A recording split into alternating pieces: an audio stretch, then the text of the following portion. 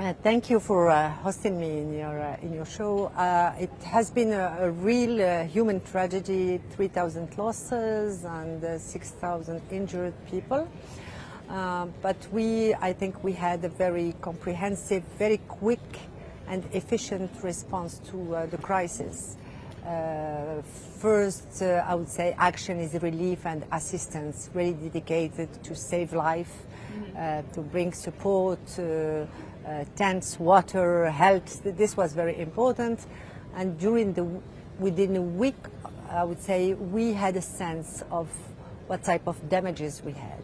So His Majesty the King have, since day one actually, lead meetings with the Prime Minister and a number of ministers with the idea of building a plan that is, I would say, very ambitious plan for 5 years. Mm-hmm. First step is the damages, immediate damages. So to find a solution for housing, short-term and mid-term housing. So we've announced that we will give direct, I would say, help and subsidies to household.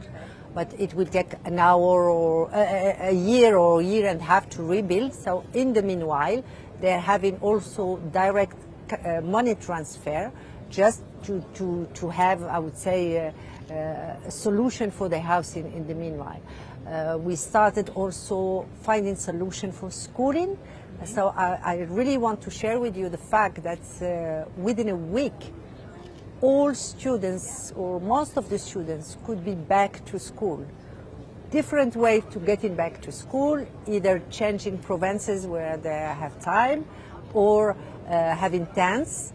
But it was very important psychologically that they go back to school. This is the first step, but what our objective is to build back much better, and this is what we have a very strong plan of $12 billion within 5 years.